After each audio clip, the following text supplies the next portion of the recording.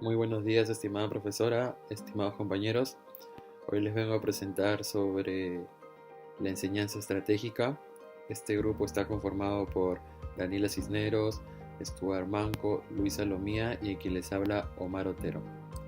Para ello, hemos elaborado un índice que está compuesto por 5 partes, que son los datos generales, la fundamentación, etapas del modelo e interacción estudiante y docente, y por último está la bibliografía respectiva. Lo hemos separado por puntos para que más o menos puedan guiarse del tema que debemos tratar. Como primer punto nos encontramos a los datos generales. El nombre de nuestro modelo didáctico es enseñanza estratégica. La época de surgimiento fue a partir de los años 80 y 90. Los enfoques de enseñanza está la perspectiva didáctica, que es práctica, y el enfoque de enseñanza es el enfoque estratégico. Los autores representativos se encuentra dentro es Nisbet, Chuck Smith, Presley y Monoreo, ¿no? Ellos son los que destacan dentro de nuestro modelo didáctico. La fundamentación está constituida por dos preguntas de suma importancia, ¿no? La primera de ellas es por qué surgió este modelo de enseñanza. Dentro de aquí podemos encontrar 5 ideas fundamentales de cómo se ha ido insertando la enseñanza estratégica, ¿no? En el ámbito educativo. La primera de ellas significa que los maestros priorizan la enseñanza de los conocimientos teóricos. Aquello ocasiona que se pierda la didáctica y la dinámica de una sesión de aprendizaje. Como segundo punto tenemos a que los docentes no se sienten capaces de abordar la autorregulación, ¿no? La autonomía y la metacognición.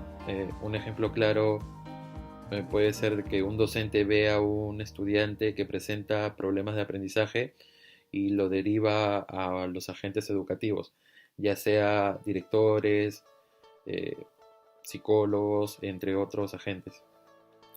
Como tercer punto, tenemos dos ideas fundamentales, que el primero es tener la percepción de que ser un docente es simplemente enseñar asignaturas, y eso ya está comprobado de que no es así, ¿no? Otro sería que el docente no tenga la confianza de sí mismo para solucionar las problemáticas que se encuentran dentro del salón, por lo que no opta por pedir ayuda a la institución. Como cuarto punto sería de que esto se refiere a que cada estudiante es diferente al momento de comprender una materia, y el docente debe respetar las diferentes estrategias que éste emplea para poder trabajar en sus deberes. Por lo tanto, el maestro tiene que decidir no intervenir en el proceso de aprendizaje para que el estudiante se desenvuelva. Y por último punto, tenemos que la concepción errónea de los docentes que piensan que a mayor tareas aumenta el aprendizaje, y esto no es así, dejando de lado el significado del acompañamiento docente en la construcción de conocimientos. Otro punto a destacar es el concepto del modelo didáctico, en este caso es la enseñanza estratégica. Aquí resaltan dos autores fundamentales como Sánchez y Monoreo. Bueno, Sánchez nos menciona que la enseñanza estratégica es un conjunto de secuencias integradas en los procedimientos planificados que permite facilitar la adquisición, almacenamiento y utilización de la información. Por otro lado, Monoreo nos dice que la estrategia se refiere a los procesos de toma de decisiones en las cuales el alumno elige y recupera los conocimientos que necesita para complementar una determinada demanda u objetivo. Bueno, como se puede apreciar acá en los dos conceptos, se basa en una agrupación de actividades que previamente han sido desarrolladas teniendo en cuenta el entorno donde se desarrolla el aprendizaje, ¿no? Además, esta estrategia tiene como finalidad que el alumno pueda aprender, recordar y utilizar el conocimiento brindado en su vida cotidiana. Aquello lo realiza mediante la autonomía del alumno sobre las metas que se asigna para mejorar y la perfección de la construcción de su conocimiento. Por otro lado, nos encontramos con los conceptos claves, como la autonomía, la metacognición y la autorregulación. ¿Qué nos dicen los expertos en el caso de la autonomía? Pues Monoreo nos habla de que la autonomía es la facultad de tomar decisiones que le permitan regular su aprendizaje y así aproximarlo a una determinada meta. Bueno, esto se entiende que los estudiantes puedan construir su aprendizaje a la manera en que lo vea él conveniente, ¿no? Asimismo, pueden desarrollarse en su entorno plenamente donde él opte por sus propias medidas para mejorar su aprendizaje y desarrollar su personalidad asertiva. Por otro lado, esto también le permitirá fortalecer su autoconfianza y la efectividad de sus acciones. Un ejemplo claro sería una sesión de aprendizaje, ¿no? Donde se ve que hay alumnos con iniciativa por aprender y otros que siempre se dejan guiar por el docente. Posteriormente está la metacognición. Pozo y diversos autores nos mencionan que es la competencia que nos permite a los humanos ser conscientes de parte de nuestra cognición, y esto se da por algunos de nuestros procesos y productos que elaboramos en nuestra mente. Se entiende por el autor que la cognición es el conjunto de habilidades que nos permite percibir y almacenar la información que nos brinda nuestro propio entorno, mediante procesos que suceden en nuestra mente, con la finalidad de que pueda construir un nuevo aprendizaje. Un ejemplo claro sería observar cuando aprendes algo nuevo, un conocimiento nuevo. Por ejemplo, cuando de niño aprendes a nadar, andar en bicicleta, y por último sería a aprender a escribir. Por último está la autorregulación.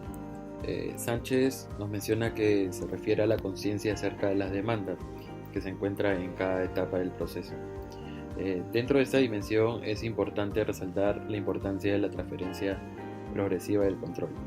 Bueno, esto nos da a entender que la autorregulación es la forma en cómo nosotros, como estudiantes, controlamos y asumimos nuestro aprendizaje, ¿no? Por ello, la relación de las responsabilidades que nos indica el docente deben ser adecuadas y adaptadas a nuestro aprendizaje. Un ejemplo claro puede ser una situación cotidiana, ¿no? que presenta lo mencionado en la relación ante una tarea asignada o una problemática que se puede presentar dentro de la institución o fuera de ella. Ahora les voy a hablar acerca de la enseñanza y el aprendizaje, no sin antes mencionar que ambos conceptos se encuentran en verdad estrechamente vinculados, porque uno depende del otro y ambos se desarrollan en verdad en simultáneo. En ese sentido, voy a empezar por la finalidad de la enseñanza, y la finalidad de la enseñanza supone tomar decisiones de manera intencional sobre qué estrategias es que yo le voy a decidir enseñarle al estudiante. Sin embargo, la forma en la que yo voy a decidir esto no solamente va a ser una elección porque ya yo quiero que aprenda a sumar y listo. No, porque yo sé que en verdad al estudiante le va a servir esto y en un futuro él lo va a poder aplicar. Pero claramente para que él pueda aplicarlo va a tener que comprenderlo. Y en la finalidad de la enseñanza le dan mucha importancia en la comprensión del estudiante. ¿Por qué? Porque toman en cuenta que la enseñanza es todo un proceso. El profesor va a estar en el inicio, en el desarrollo y en el final de la clase, tratando de generar un conflicto cognitivo en el estudiante, de tal manera que éste reflexione. Para que, como ya les había dicho anteriormente, para que esté en un futuro de acuerdo a las características del contexto y en las cuales él considere que en verdad deba de aplicar esta estrategia, lo pueda hacer. Ahora vamos a seguir con el segundo concepto, que es la finalidad del aprendizaje.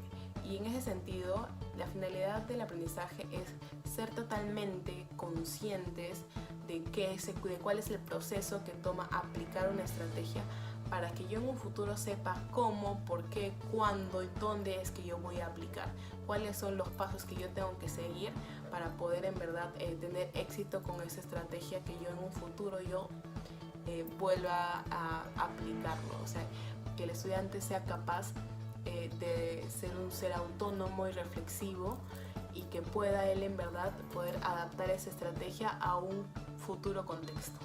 Ahora les voy a hablar acerca de las etapas del modelo, que vienen a ser 3. La primera es el modelado, la segunda es la práctica guiada y la tercera viene a ser la práctica autónoma.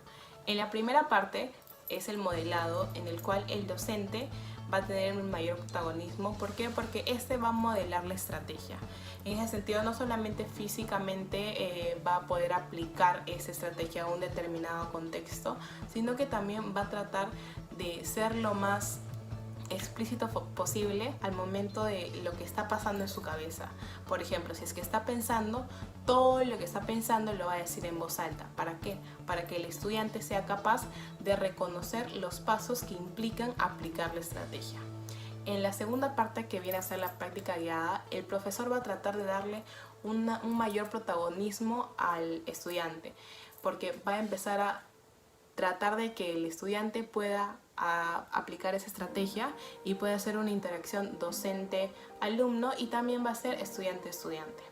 En la tercera etapa o la tercera fase, que viene a ser la práctica guiada, lo que va a pasar es que el estudiante va a ser capaz de poder aplicar esa estrategia de tal manera que sea totalmente autónomo, sea capaz de reconocer las partes de la estrategia. Y si es que y ahora, que el hecho de que yo diga que sea autónomo no quiere decir de que el profesor simplemente se va a lavar las manos y se va a ir de la clase. No, el profesor va a ser una ayuda. Si el estudiante tiene dudas, si el estudiante quizás no se acuerda de algún proceso que haya implicado, que se haya implicado en la estrategia, el docente va a estar ahí para absolver sus dudas, pero no en el sentido de que él le diga todas las respuestas, sino que el profesor va a ser capaz de poder hacerlo reflexionar para que de él mismo salga la respuesta. No le va a dar todo en bandeja, sino el estudiante va a ser capaz en verdad de poder él mismo generar sus propias respuestas, obviamente con ayuda del docente, y también le pueden ayudar los estudiantes. En ese sentido, me gustaría dar un ejemplo. Por ejemplo, cuando en el curso de didáctica de comunicación 1 y didáctica de la comunicación 2 hemos tenido con el profesor Vegaso modelo estrategias. Por ejemplo, modela la estrategia del IVA, o incluso cuando desarrollamos un cuento narrativo, él lo que hace es pensar en voz alta acerca de un suceso que le haya pasado, y que haya pasado en el inicio, que haya pasado en el desarrollo y que haya pasado en el final. Y de ahí, conforme a eso, va desarrollando características y empieza a hacer un trabajo, no solamente participación primero individual, de ahí viene a ser la participación en parejas, y al final de la estrategia, al final de todo este proceso, lo que hace el profesor Vegaso es que nosotros ya podamos aplicar esta estrategia de tal manera que nosotros nosotros lo podemos ya aplicar en el papel. Entonces, más o menos así es como se desarrolla estas etapas del modelo, que viene a ser el modelo didáctico de aprendizaje estratégico. Con respecto a la primera fase de la enseñanza estratégica, tenemos que está compuesta de algunas técnicas. Entre ellas tenemos a 3 que resaltan sobre las demás.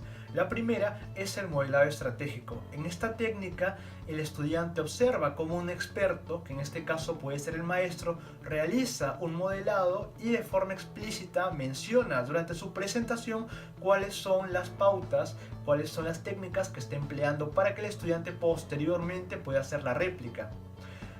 La segunda técnica más importante en la primera fase es la autoevaluación. En ella el estudiante puede plantearse algunas pautas o preguntas con las cuales va a poder ver si el actuar que ha tenido ha implicado la ejecución de algunas técnicas o estrategias para poder alcanzar su objetivo de desarrollar un determinado problema. Y finalmente, la tercera técnica más empleada es el perspectivismo estratégico. Esta es un poco más compleja porque ahí el estudiante observa cómo otro estudiante, es decir, un compañero del aula, realiza la solución de un problema empleando determinadas técnicas. Sin embargo, el estudiante que lo observa no la sabe, por lo tanto tiene que plantear una hipótesis en la que determina cuáles son las técnicas que se han empleado para llegar a la solución. A partir de esta, el estudiante dialoga con su compañero y comienzan a valorar si estas estrategias fueron las usadas y si son en verdad eficientes para lograr el objetivo de resolver el problema. En la segunda fase encontramos la práctica dirigida. Esta está compuesta por una serie de técnicas que constan del aprendizaje cooperativo, por ejemplo el trabajo en puzzles.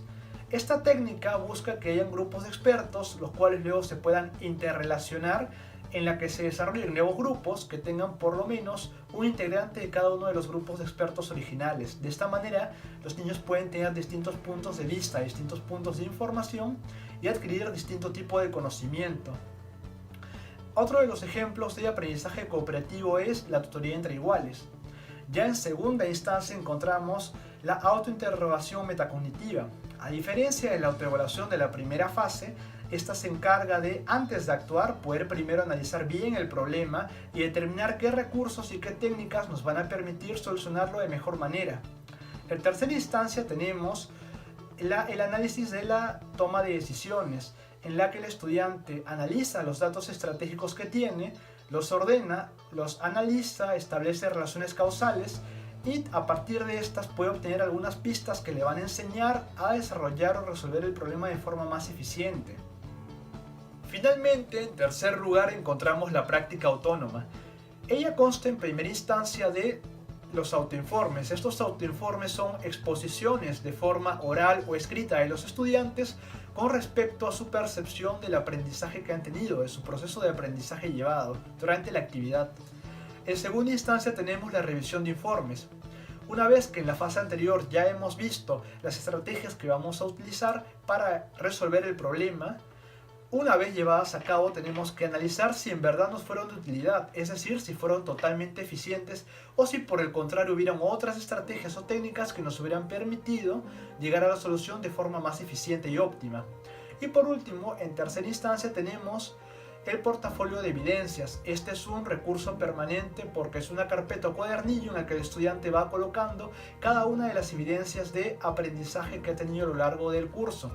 Asimismo, debemos entender que la enseñanza estratégica consta de una tipología variada de procedimientos, los cuales se encuentran divididos en función de que sean procedimientos algorítmicos, heurísticos, disciplinares o interdisciplinares. Con respecto al primer grupo, que está conformado, por decirlo así, por los más sencillos, como lo son los procedimientos algorítmicos y disciplinares, que se encuentran en la casilla superior en la parte izquierda, podemos ver algunos como las operaciones matemáticas. Usualmente las operaciones matemáticas como la resta o la suma se encuentran en esta primera casilla, puesto que solo se requiere una operación que aplica a una sola disciplina y que además no requiere mayor razonamiento o mayor reflexión. Ya en lo que son los procedimientos algorítmicos, pero que también son interdisciplinares, tales como la imitación, seguimos sin hacer uso de la reflexión o la razón, no obstante ya estamos incorporando distintas disciplinas.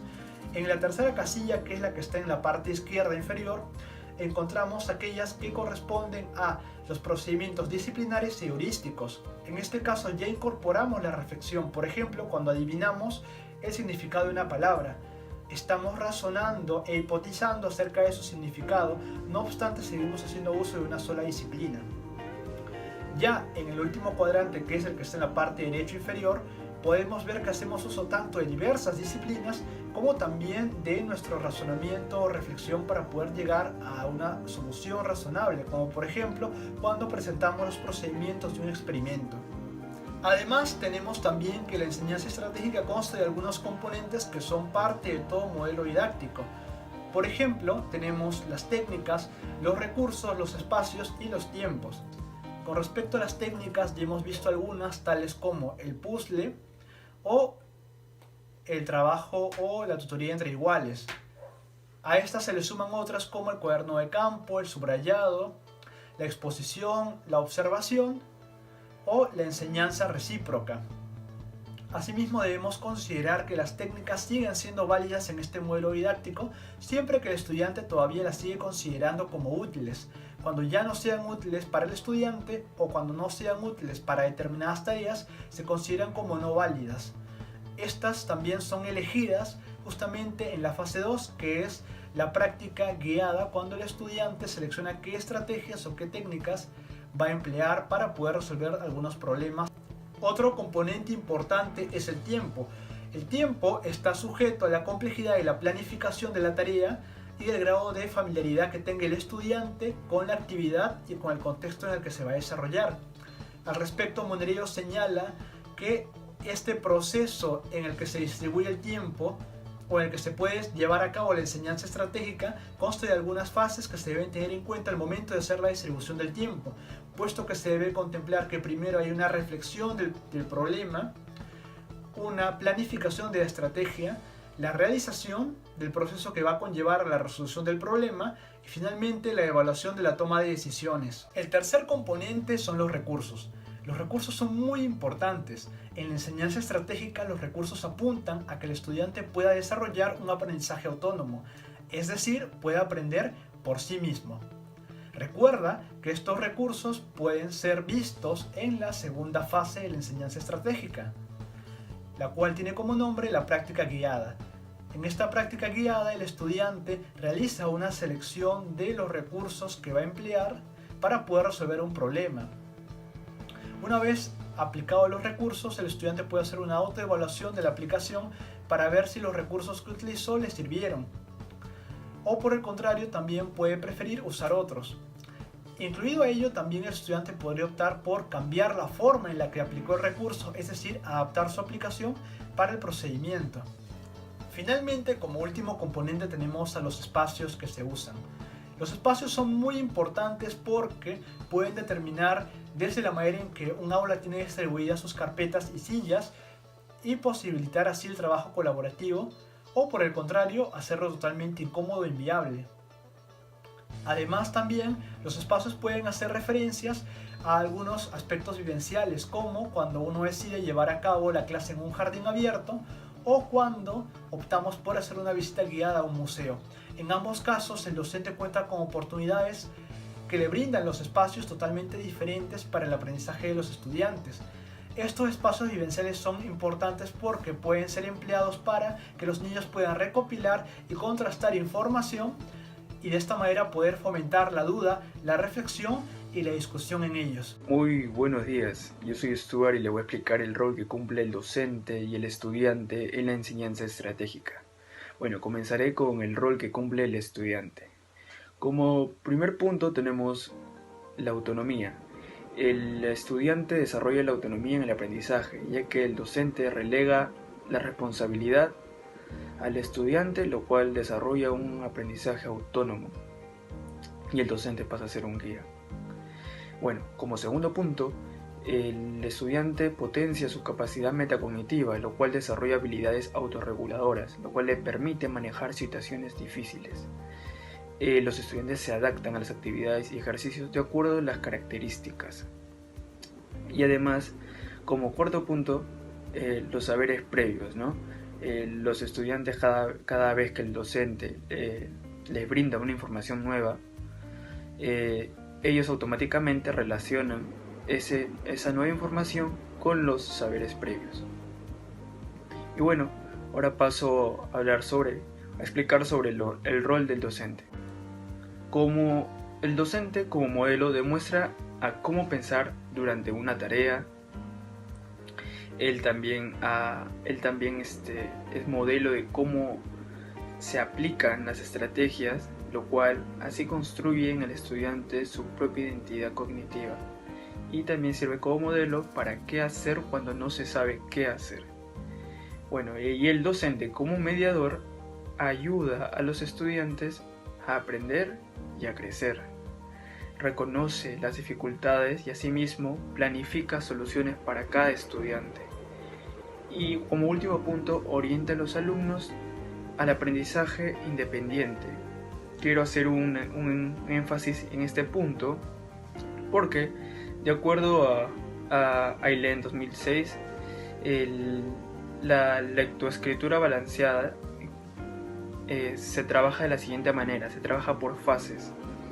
Se inicia con la lectura en voz alta, en cual el estudiante observa y el docente hace. Luego lectura compartida, luego escritura guiada, hasta llegar a la lectura y escritura independiente, lo cual hace que el estudiante cumpla el rol ya del que hace, y el que observa es el profesor, ¿no? Y se puede observar ahí un trabajo de mediador o guiador del docente al alumno. Ahora paso a explicar el clima del aula. El alumno y el profesor se puede mencionar que ambos deben tener objetivos comunes. El profesor debe mantener el entorno en el que sea posible plantear estrategias de enseñanza como un objetivo explícito y pleno. El docente tiene que manifestarle a los estudiantes los objetivos de la sesión. Tiene que explicar la estrategia de enseñanza para que el niño aprenda, de manera que el estudiante pueda desarrollar una técnica, logrando así su aprendizaje autónomo para que pueda resolver algún problema, ¿no? Y bueno, va enfocado en que el docente se sincere con el objetivo y el estudiante pueda coger esos objetivos y sean de su interés, y así mantengan un ambiente de negociación y complicidad. Cuando estos objetivos sean conocidos y ya compartidos previamente, se puede promover así la reflexión, se promueve la duda, y así se puede emplear también la discusión, tanto entre el estudiante y docente. Bueno, eso fue todo, compañeros. Espero que les haya gustado el tema y bueno, ponerlo en práctica.